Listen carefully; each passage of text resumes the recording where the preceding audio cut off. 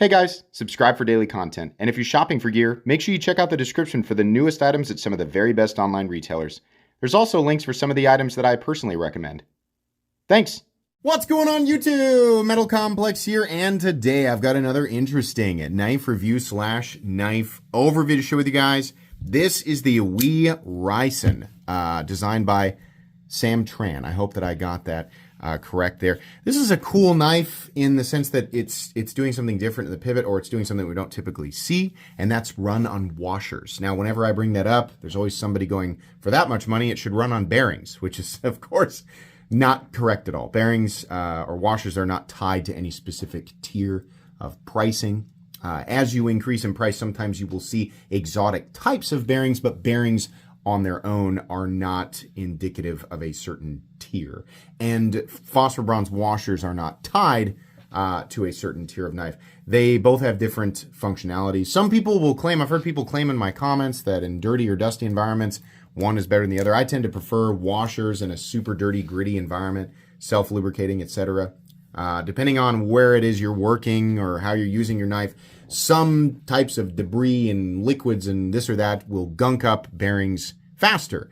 But bearings typically provide a more luxurious feeling of action. It really depends on who's making it and what they've done to the inside, right? There's a lot of variance in all this stuff.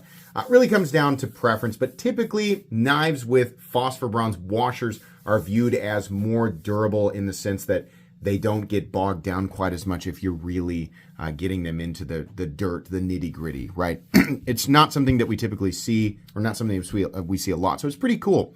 This also, being a WE knife, I expected it to be like $300. It's pretty pricey, and it's not like perfect. It's not like, oh my God, wow. But it is less than I thought it would be, especially considering it seems like they're marking things up again across the board. So as of right now, the price is fairly okay. I will link this down in the description. It does help my channel when you use those links, but that's entirely up to you. Thanks to WE Knives for sending it in. Thanks to my patrons for supporting me. Please make sure to follow me on Instagram at metal_complex. Let's go ahead and, and make sure your notifications are turned on for my channel. That would be great if you would check that and make sure they're on. 7.5 inches. It's not huge, but it's not tiny. That's what she said. Let's go ahead and measure the blade. I just can't. I can't help myself. I should just let you guys say it. It's probably better for the algorithm, right? If I don't make the joke. God, how main character is that? I'm just thinking of myself, right? I guess thinking of it in terms of what boosts the algorithm is also just being selfish. All right, in the future, I'll try not to make those. I'll let you guys make the joke. Blade length, 3¼ inches. Cutting edge, 3 1/8. Let's put it up again. Let's do some size comparisons. Any custom scales in this section can be found down in the description under Original Goat and Others. Up against the 8010. That's not the right knife. And the Excalibur. So it's smaller than these, but it's not a small knife. These are just big knives. Now let's put it up against the Spyderco PM2 and the Spyderco Para 3. Very similar in overall length to the Para 3. This is a little longer, way more cutting edge though. In fact, it actually has more cutting edge than even the PM2. Pretty cool.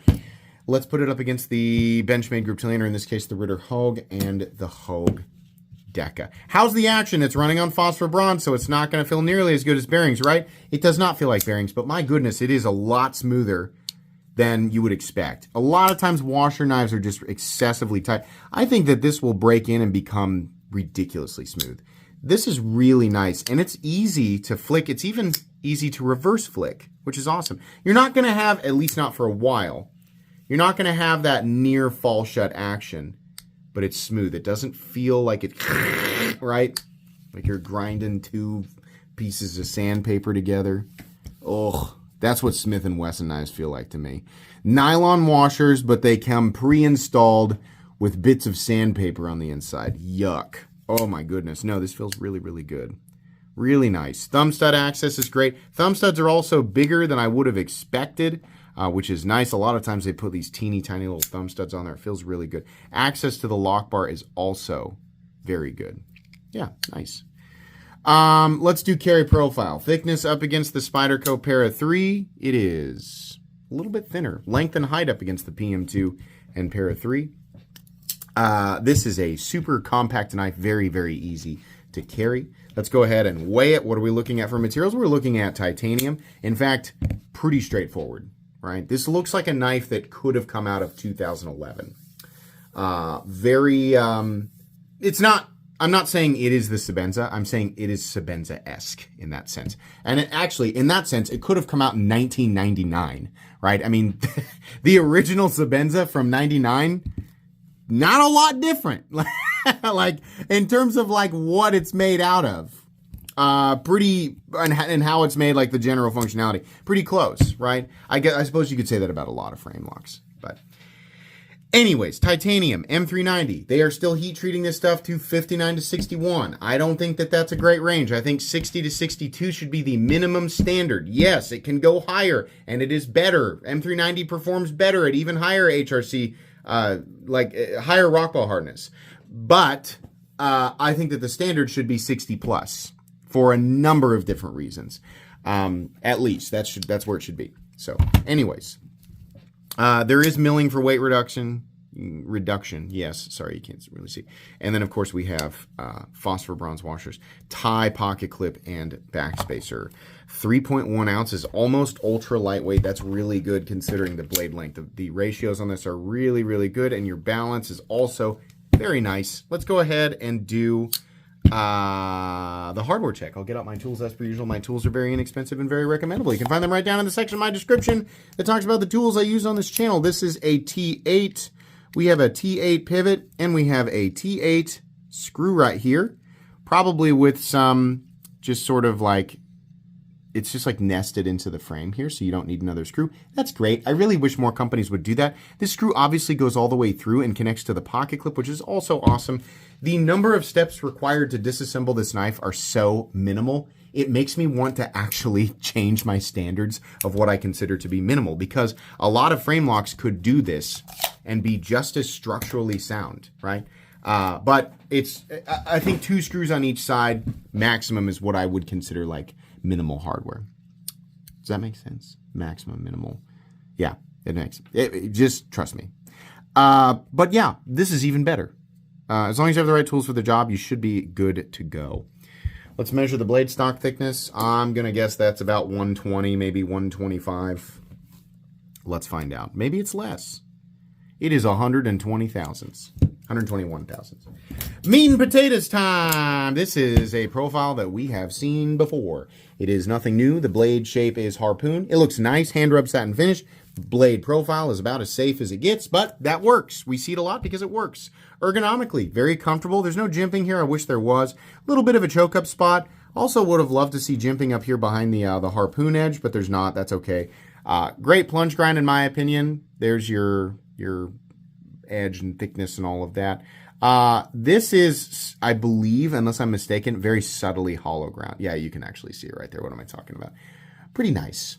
Nice, thin edge. Very good EDC blade shape. Like, thin and not really meant for, like, incredibly hard use or anything like that.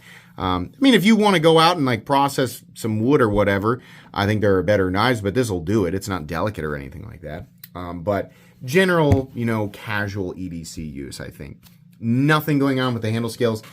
Probably the intention of the designer. It's just like, I like to see more going on. I like to see something else, right? Get creative with the bevels here. I mean, like, okay, to be fair, it is like subtly textured here. I think this might just be the result of like the machining and not necessarily, anything like specifically being done there, but I could be wrong.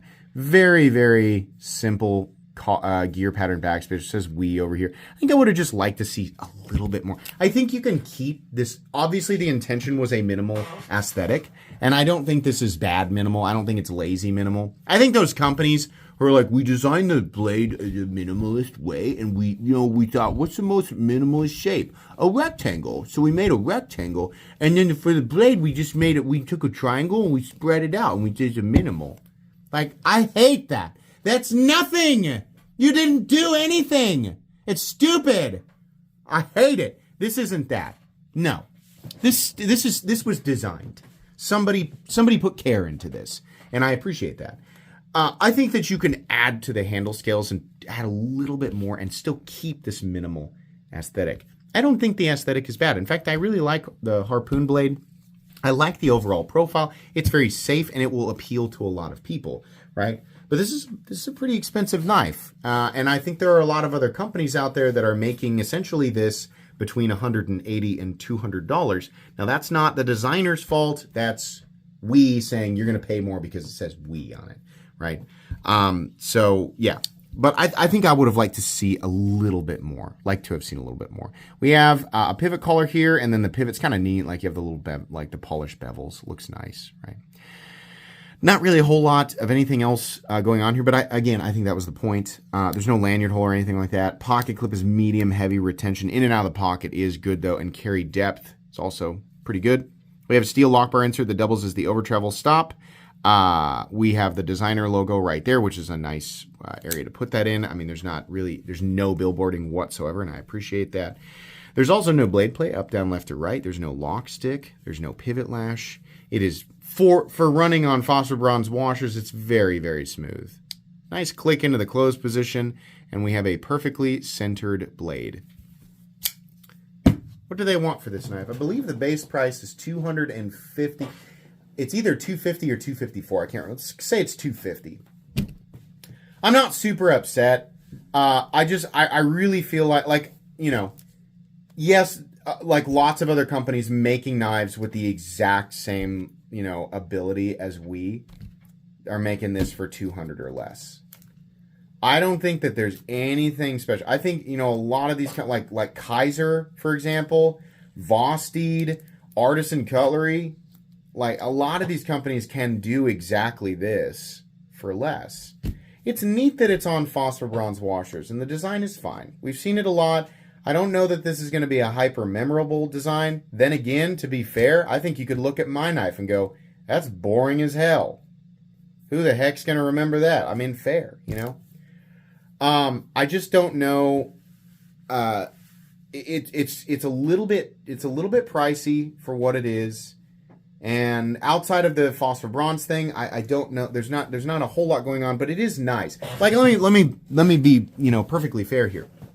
This is a knife that is well designed as an EDC tool. If you buy this knife and you carry it every day, it'll probably serve you well for the rest of your life. The blade is ground really thin. I like the little harpoon notch. It's comfortable. It's easy to manipulate. It checks all the boxes. There's just not really a whole lot extra going on here. And again, to be fair, that would make sense to me if that was the designer's idea here, to not really do anything ultra extra. Just a nice, simple, straightforward EDC knife that runs on phosphor bronze washers. And if that was the idea, he accomplished that. I think that WE has put a price tag that's just a little bit too much on this. I think that this would feel a lot better maybe at $200 or slightly over $200. But it's okay. If you pick this up, you will enjoy it. If you are considering this knife, there's an ocean of other knives to consider, for sure. That's going to be pretty much it today, guys. Not an absolutely mind-blowing knife, not a bad knife at all. Far from a bad knife. Please make sure to follow me on Instagram at metal_complex. If you enjoyed this video, leave a like. If you'd like to check out my other content, I do, of course, have lots of videos of knives that are either expensive or inexpensive that I do or don't like, so check those out. And if you enjoy all my content, go ahead and click on that Metal Complex logo right there and subscribe, because there's definitely more coming. Thanks again for watching, everybody, and have a great day.